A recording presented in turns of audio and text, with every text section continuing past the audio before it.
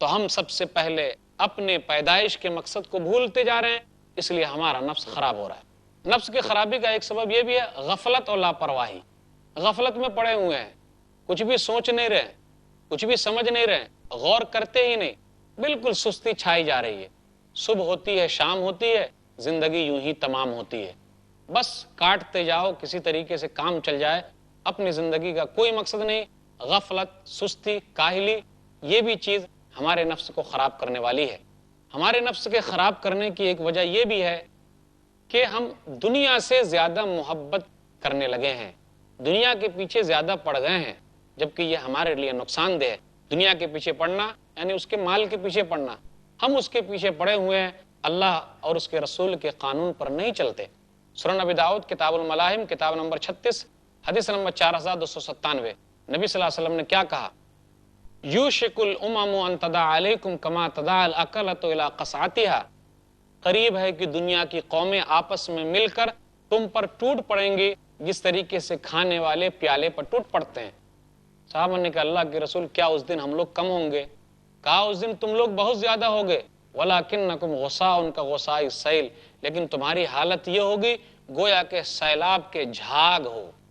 سیلاب میں جو جھاگ نظر آتا ہے اوپر سے، تمہاری حالت بالکل جھاگ کی طرح ہوگی، تمہاری کوئی حیثیت نہیں ہوگی، اس وجہ سے کہ اللہ تعالیٰ تمہارے دشمنوں کے دلوں سے تمہارا رعب دبدبا ختم کر دے گا، اور اللہ تعالیٰ تمہارے دلوں میں وہن ڈال دے گا۔ صحابہ نے کہا اللہ کے رسول وہن کیا چیز ہے؟ تو اللہ کے رسول صلی اللہ علیہ وسلم نے ارشاد فرمایا حب الدنیا و کراہیت الموت، دنیا کی محبت اور موت سے ناپسندیدگی، یعنی موت کو تم ناپسند کرو گے، دنیا کے پیچھے پڑ جاؤ گے، لیکن یاد رکھو دنیا نہ کسی کو ملی ہے اور نہ ملنے والی ہے۔ دنیا کی حقیقت کیا ہو سکتی ہے؟ کچھ بھی نہیں۔ اللہ تعالیٰ کافروں کو مال دے رہا ہے، جو اللہ کو نہیں مانتا اس کو بھی اللہ مال دے رہا ہے اور زیادہ مال دے رہا ہے۔ اس بات کی دلیل ہے کہ دنیا کی کوئی اہمیت اللہ کے نزدیک نہیں ہے، اس لیے اللہ تعالیٰ سب کو دے رہا ہے۔ علامہ اقبال نے یہی کہا تھا نا کہ شکایت نہیں ہے ان کے خزانے معمور، نہیں محفل میں جنہیں بات بھی کرنے کا شعور، قہر تو یہ ہے کہ کافر کو ملے حور و قصور اور بیچارے مسلمان کو فقط وعدہ حور، کہ مسلمانوں سے صرف حور کا وعدہ کیا جا رہا ہے، اور اللہ تعالیٰ نے ان کافروں کو جو مسلمان نہیں ہے زیادہ مال دے رکھا ہے۔ تو یہ مال ان لوگوں کے لیے آزمائش ہے، اور کافروں کے لیے، غیر مسلموں کے لیے دنیا جو ہے ایک جنت ہے۔ آخرت مومنوں کے لیے ہے، وہاں آخرت میں تمام چیز مومنوں کے لیے ہونے والی ہے، جو ایک دنیا اور ہے جہاں اللہ تعالیٰ انصاف کا ترازو قائم کرے گا، عمل کرنے والوں کو دے گا، جو عمل نہیں کرتے اس کا نقصان ہوگا۔ نبی صلی اللہ علیہ وسلم نے دنیا کے تعلق سے یہ بھی کہا، صحیح بخاری کتاب الرقاق کتاب نمبر 81 حدیث نمبر 6425، فواللہ ما الفقر اخشى علیکم ولکن اخشى علیکم ان تبسط علیکم الدنیا کما بسطت علی من کان قبلکم فتنافسوها کما تنافسوها وتلہیکم کما الہتہم۔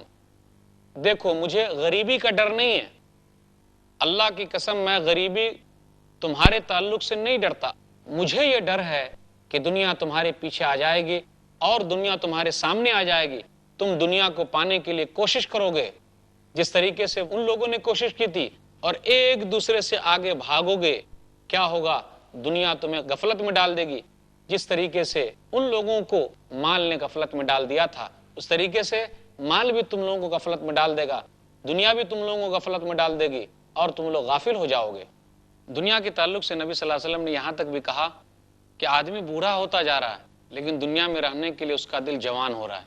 صحیح بخاری کتاب الرقاق کتاب نمبر 81 حدیث نمبر 6420، لا یزال قلب الکبیر شابا فی اثنتین فی حب الدنیا و طول العمل۔ آدمی بوڑھا ہو رہا ہے لیکن دنیا کے معاملے میں وہ اس کا دل جوان ہو رہا ہے، دنیا میں اور زندہ رہے، و طول العمر، اور لمبی لمبی خواہشیں۔ ہمارے نفس کو خراب کرنے کا جو ذریعہ ہے لمبی لمبی خواہشیں، لمبے لمبے خواب ہم دیکھتے ہیں، ہزاروں خواہشیں ایسی کہ ہر خواہش پر دم نکلے، بہت نکلے میرے ارماں لیکن پھر بھی کم نکلے۔ ہمارے نفس کے خراب ہونے کا ایک ذریعہ یہ بھی ہے کہ ہمارا کمائی کا جو ذریعہ ہے اکثر حرام کا ہوتا جا رہا ہے، اس لیے کیا ہوگا؟ ہمارا نفس حرامی کی طرف چلا جائے گا اور حرام جیسے کام کرنے لگے گا۔ اللہ تعالیٰ نے رسولوں سے کہا تھا، مومنوں سے کہا تھا کہ وہ حلال کمائے اور حلال کھائے۔ کیا کہا؟ نبی صلی اللہ علیہ وسلم نے ابھارا تھا لوگوں کو کہ دیکھو کہیں ایسا نہ ہو کہ وہ چیز صحیح ثابت ہو جائے کہ ایک زمانہ ایسا آئے گا کہ تم لوگ مال کمانے کے لیے یہ نہیں سوچو گے کہ وہ مال حلال طریقے سے آ رہا ہے کہ حرام طریقے سے آ رہا ہے، بس مال آنا چاہیے۔ صحیح بخاری کتاب البیوع کتاب نمبر 34 حدیث نمبر 2083، لَيَأْتِيَنَّ عَلَى النَّاسِ زَمَانٌ لَا يُبَالِ الْمَرْءُ بِمَا أَخَذَ الْمَالَ أَمِنْ حَلَالٍ أَم مِّنْ حَرَامٍ۔ ایک زمانہ ایسا آنے والا ہے لوگوں پر کہ آدمی پرواہ نہیں کرے گا کہ وہ مال کہاں سے کما رہا ہے، حلال طریقے سے کما رہا ہے یا حرام طریقے سے کما رہا ہے۔ اس لیے بابر بعیش کوش کے عالم دوبارہ نیست۔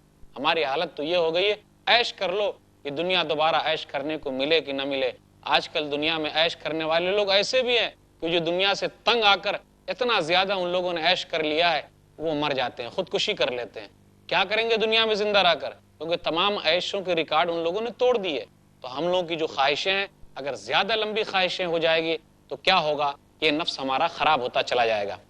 نفس کے خراب ہونے کا ایک سبب یہ بھی ہے کہ ہم عبرت حاصل نہیں کرتے۔ ہم جنازے کو اپنے کندھے سے اٹھا کر قبرستان تک پہنچاتے ہیں، لیکن ہم یہ سوچتے کہ جی میں نہیں مرنے والا ہوں، فلاں آدمی مرے گا۔ عبرت حاصل نہیں کر رہے ہیں، جبکہ آج نہ کل ہر ایک کو جانا ہے۔ موت سے کس کو رستگاری ہے؟ آج وہ تو کل ہماری باری ہے۔ قل سیروا فی الارض ثم انظروا کیف کان عاقبۃ المکذبین، سورہ نام سورہ نمبر 6 آیت نمبر 11۔ جاؤ زمین میں گھومو، دیکھو جھٹلانے والوں کا انجام کیا ہوا۔ قوم عاد، قوم سمود، قوم لوط، ان لوگوں کا انجام کیا ہوا؟ اللہ تعالیٰ نے ان لوگوں کو برباد کر دیا۔ آج دنیا کے اندر اس کے کھنڈرات باقی ہیں۔ بڑے بڑے لوگ چلے گئے، بادشاہ لوگ چلے گئے، چودھری لوگ چلے گئے، ان کے محلات نظر آ رہے ہیں۔ کس کام کے تھے؟ جس کام کے لیے تھے وہ کام ہمیں کیا نظر آ رہا ہے؟ دنیا سے وہ مٹ گئے، ہمیں بھی مٹ جانا ہے، چلے جانا ہے۔ ہم عبرت حاصل نہیں کرتے، اس لیے ہمارا نفس خراب ہوتا جا رہا ہے۔ اگر ہم عبرت حاصل کر لیں، جی فلاں کا نقصان ہوا، میرا بھی کہیں ہو جائے گا، فلاں آج مرا، کہیں میری موت بھی ابھی آ جائے۔ عبرت اگر حاصل کر لیں اور سوچنے لگیں تو ہمارا نفس جو خرابی کی طرف جا رہا ہے وہ صحیح ہو جائے گا۔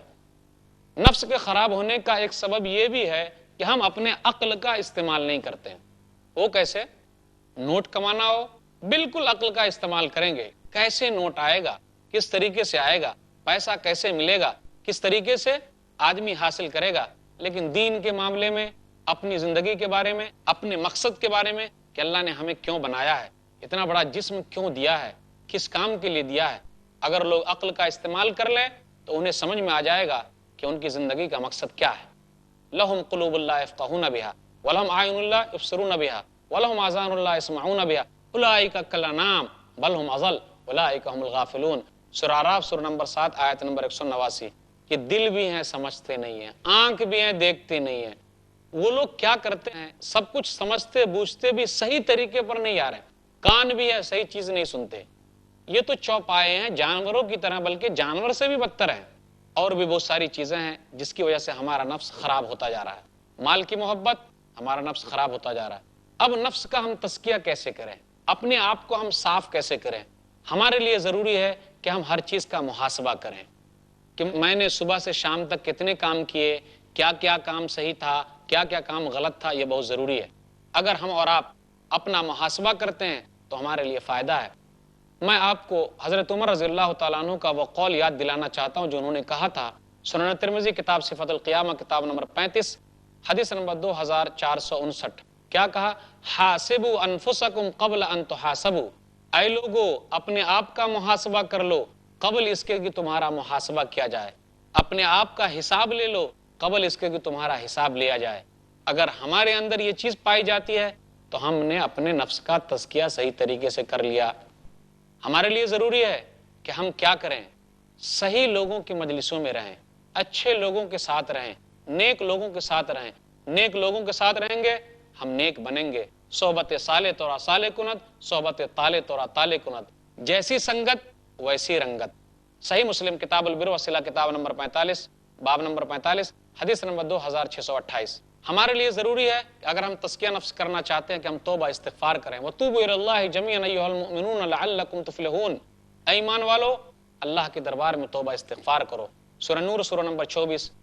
اگر ہم اور آپ چاہتے ہیں کہ ہمارے دلوں کا تزکیہ نفس ہو جائے، ہمارا نفس کا تزکیہ ہو جائے، ہم آخرت کو یاد کریں۔ صحابہ کرام آخرت کو یاد کرتے تھے کہ ایک دن آنے والا ہے جہاں ہمارا حساب و کتاب ہوگا۔ آپ کو معلوم ہے قبر کے جو منظر بیان کیے گئے اسے یاد کریں، نیک لوگوں کی مجلسوں میں رہیں۔ یہ عثمان رضی اللہ تعالیٰ عنہ ہیں جب قبرستان جاتے تو روتے تھے۔ سنن ترمذی کتاب الزہد کتاب نمبر 34 حدیث نمبر 2308۔ ہم اور آپ چاہتے ہیں کہ ہمارے دلوں کا تزکیہ ہو، تو ہمارے لیے ضروری ہے کہ ہم موت کو بہت زیادہ یاد کریں۔ جتنا زیادہ آپ موت کو یاد کریں گے آپ برائی سے دور رہیں گے۔ عقل مند وہی ہے جو موت کو بہت زیادہ یاد کرے۔ سنن ابن ماجہ کتاب الزہد کتاب نمبر 37 حدیث نمبر 4259۔ نبی صلی اللہ علیہ وسلم سے پوچھا گیا عقل مند کون ہے؟ نبی نے کہا اکثرہم للموت ذکرن، جو موت کو بہت زیادہ یاد کرتا ہے، وَأَحْسَنُهُمْ لِمَا بَعْدَهُ اسْتِعْدَادًا أُولَٰئِكَ الْأَكْيَاسُ، جو موت کو بہت زیادہ یاد کرتا ہے اور موت کے بعد کے والی چیزوں کی تیاری کرتا ہے، سب سے عقل مند وہ ہے۔ آپ کو معلوم ہے یہ دل کیا معلوم کب پلٹ جائے، اللہ سے دعا بھی کرتے رہیے کہ اللہ تعالیٰ سیدھے راستے پر رکھے، کیونکہ یہ دل کی بڑی اہمیت ہے، اور دل ہی تو ہے آدمی کو صحیح راستے کی طرف لے جائے یا غلط راستے کی طرف لے جائے۔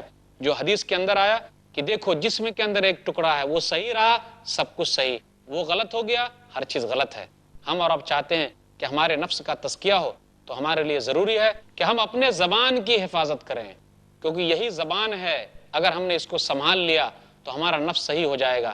کیا کہا گیا حدیث کے اندر؟ صحیح بخاری حدیث نمبر 6474، من یضمن لی ما بین لحییہ وما بین رجلیہ اضمن لہ الجنہ، یعنی اپنی زبان کی ضمانت دی اور اپنی شرمگاہ کی ضمانت دی تو میں اسے جنت کی ضمانت دیتا ہوں۔ تو زبان کی اہمیت بہت زیادہ ہے، اگر ہم زبان پر کنٹرول کرتے ہیں، صحیح بات بولتے ہیں تو ہمارا فائدہ۔ آپ یاد رکھیے ہمارے پاس دو فرشتے لگے ہوئے ہیں، اچھی چیز لکھنے والے بھی اور بری چیز لکھنے والے موجود ہیں۔